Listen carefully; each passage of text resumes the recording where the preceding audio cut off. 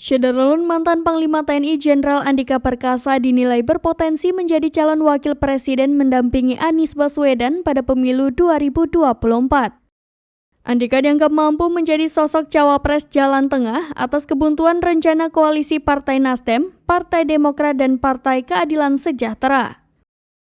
Peneliti Indikator Politik Indonesia Bawono Kumoro mengatakan, menjadikan Andika Perkasa sebagai bakal calon wakil presiden untuk mendampingi Anies Baswedan juga dapat menjadi solusi adil bagi Partai Nasdem, Partai Demokrat, dan PKS.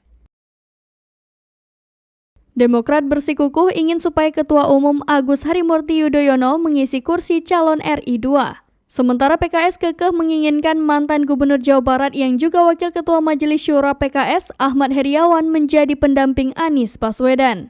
Di sisi lain, Nasdem mempertimbangkan nama lain di luar ketiga partai semata-mata demi keadilan. Sosok Andika sendiri sudah sejak lama dilirik Nasdem. Namanya pernah masuk sebagai salah satu dari 3 kandidat Capres Nasdem bersanding dengan mantan Gubernur DKI Jakarta Anies Baswedan dan Gubernur Jawa Tengah Ganjar Pranowo.